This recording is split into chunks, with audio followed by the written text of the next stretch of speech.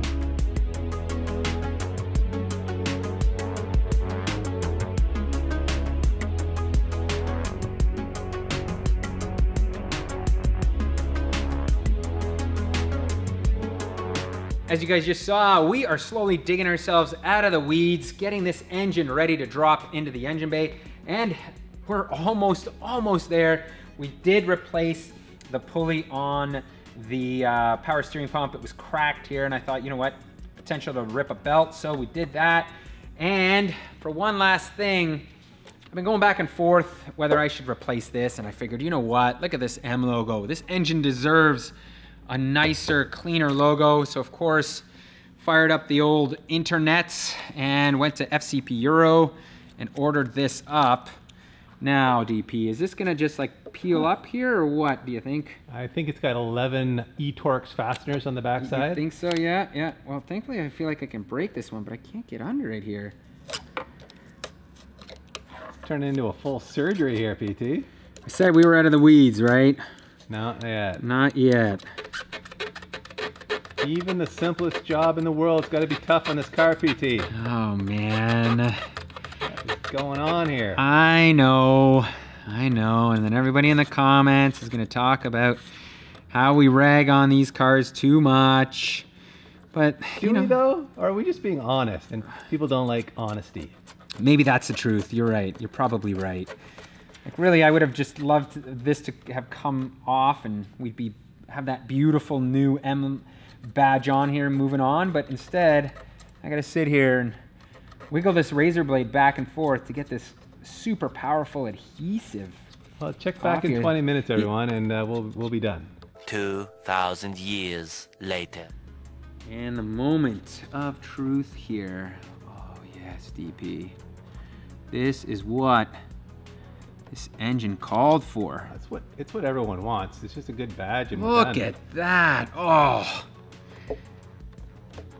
man, that looks good. So fancy. This engine is certainly just leveled up, plus 10 horsepower with the M badge. Now I think it is time we tackle the backside of this thing.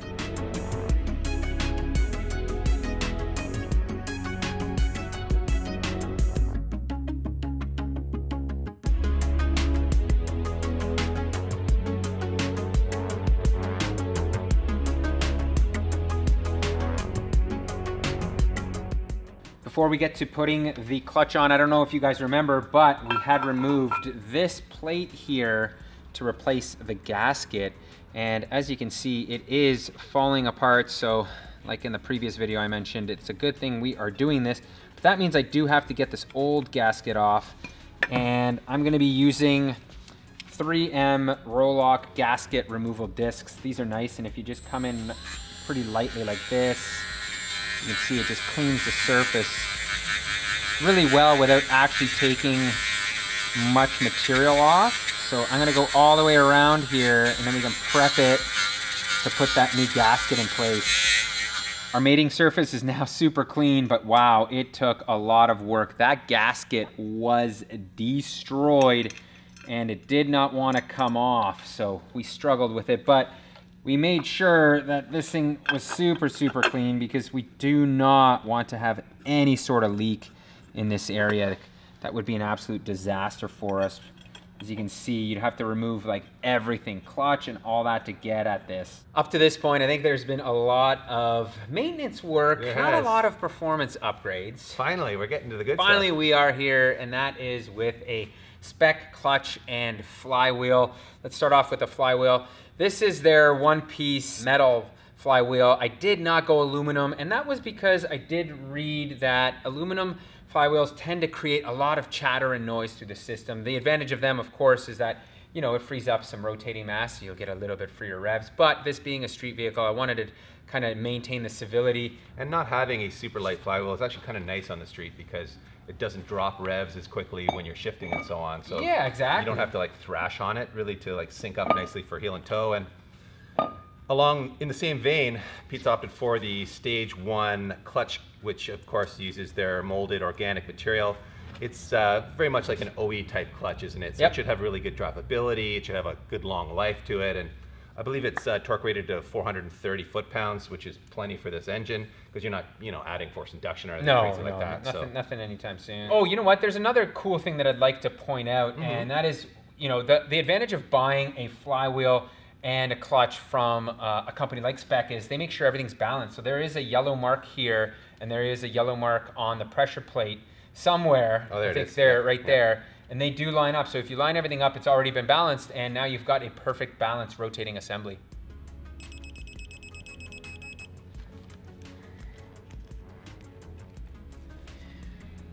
Last one here. I've been torquing these to 105 newton meters, and of course, paint marking them just for safety's sake.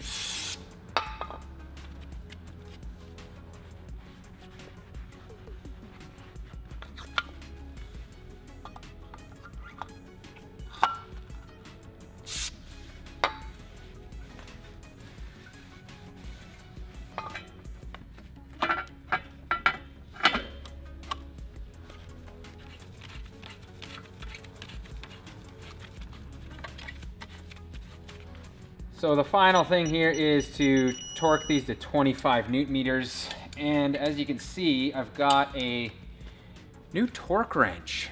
This is from Amazon, actually, an AC Delco unit. I read a bunch of reviews on it.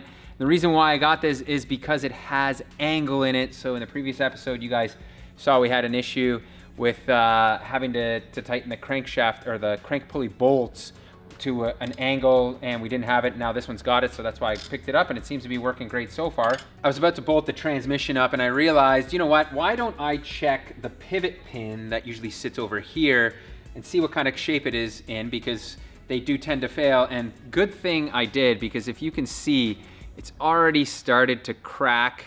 It's lost a piece here and it's deformed. And here's a piece that I picked up from FCP Euro. You can see the difference. It's tremendous. And this is a brass one, this is plastic. I suspect this has never been changed out, but it's a good thing that I did check that, because it's certainly gonna be an item that needs to be replaced. Now I'm just gonna check out this cool little brush that I purchased recently for jobs just like this. You can just stuff it in here, spin it up, and it'll clean the hole up. Okay. Yep, lift it up. Okay. Yep.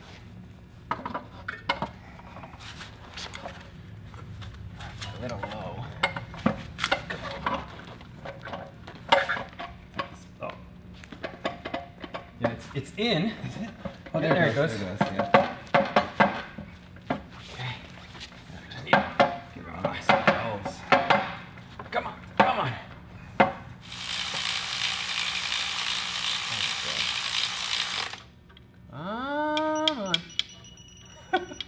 You're gonna get all that done before I get this one nut on here. Okay. In order to ensure that I've got the best shifting experience possible, I'm going to replace this shifter rod pivot with a brand new one from BMW. And if you notice, you can look closely. I don't know if this is a design thing, maybe this is a newer version, but this one doesn't have this extra piece of rubber that sticks outwards here. This one's flat, and because of that, you may get a little bit of play once you have your shifter on here. You can see, and if I put the if I were to put the other side, the pin on, you're gonna get a little bit of play this way because it's just gonna move back and forth like this, where this new one, once it's on here, it's gonna be tight and there's gonna be no movement here. So I think that's a small little upgrade, certainly worth doing. The other thing I need to do is bolt up our Dorman clutch slave cylinder. As you guys recall in the previous video, the other one was absolutely cooked, so I ordered this one. BMWs aren't exactly known for their precise shifters, but what you can do to remedy some of that is install something like this, which is a Dinan short shifter. I ran this on the E46 M3 and it was fantastic, which is why I'm making the upgrade as well. You can see it's got a spherical bearing right there, so it's nice and precise versus this thing, which is sloppy. If I was keeping the OEM one, I'd replace this because these tend to have a bunch of play and wear out, but nevertheless, we're going with that. And another item, there's just so many of these things that you look at and you're like, you know what, now's the time to do them, because this doesn't look like it's worn or anything's wrong with it. There's no real cracks, but when you compare it to the new one, this is like the Corteco one from FCP Euro, look at the difference right there. You can see it's kind of offset. So this is moved over, all the rubber's kind of shifted that way, and it's sagged quite a bit. So all these small little things are going to really improve the driving quality of this. It's going to feel like a brand new vehicle, which is what I'm going for. The time has come. Big moment here to put the engine, the M5 engine, back into the wagon chassis. It's not back in, it's just going in for the first time. It's not like we took it out of the wagon, Peter. I feel like it belongs there. Spiritually, it's going back in. So, I see, okay. Yes.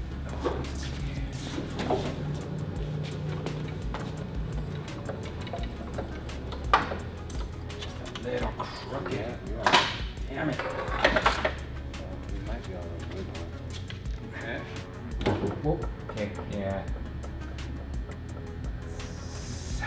This is a bit of an issue. Okay.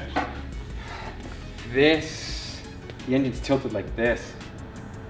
Like it's too high like that? Yeah, like if you look at here. Is it because of the way we've shimmed it? Or Probably. See here? yeah. It's like this, so it's like this bolt here won't go in until. Yeah, I see what you're saying. Yep.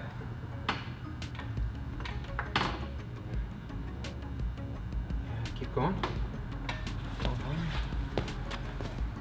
Is it starting to twist the engine like this? Yeah. See or no? It is a little. Yep. Damn it, it's so close, man. It like needs, so weird, it needs to go back a bit. Okay, so now we're gonna move together. Yeah. Oh! Something felt like crazy over here. Yep, that's bringing it up. Yep, keep going. Keep going. Yep, okay, stop there for a sec. Keep going. Pump, give this guy a pump.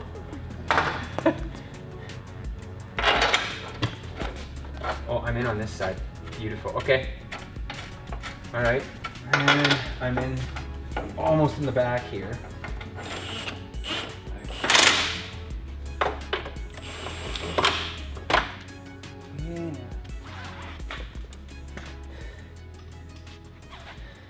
Well, guys, we made that look a lot harder than it should have, and that is because our table and engine were tilted like this, and the chassis was like this, so coming up made it very difficult. But as you can see, we used a couple of jacks there, brought it all up, and it is finally sitting in its new resting place. One of the huge weak spots on any E39 is the factory radiator.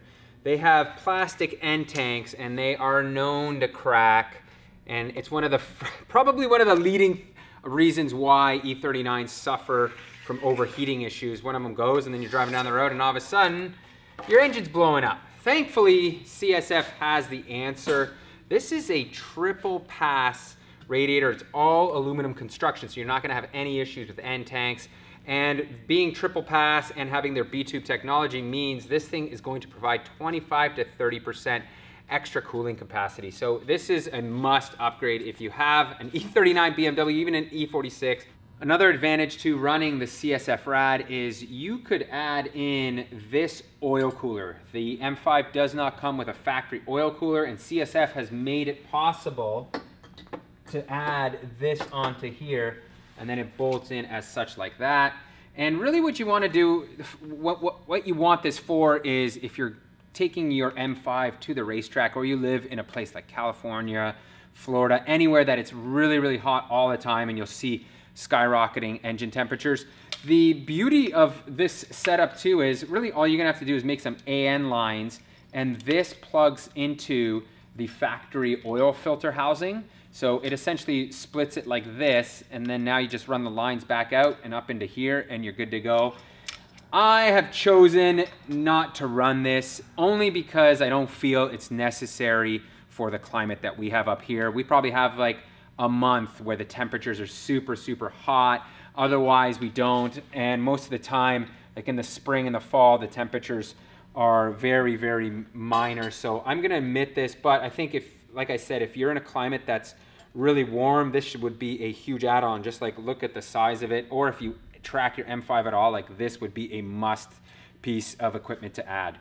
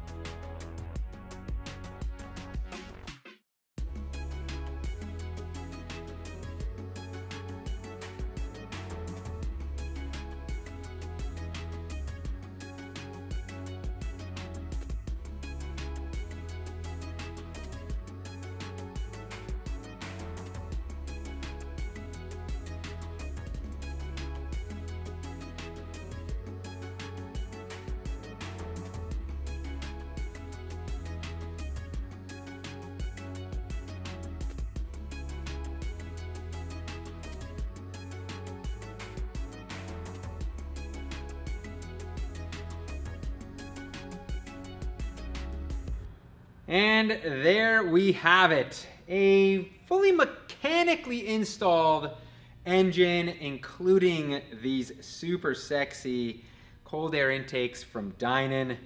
I did a lot of research and these seem to be the best on the market. The install is actually quite a bit more than what we did here. There's a lot more work that needs to be done to properly duct them and put an air intake temperature sensor in a spot. We'll get into that later when we assemble the front end.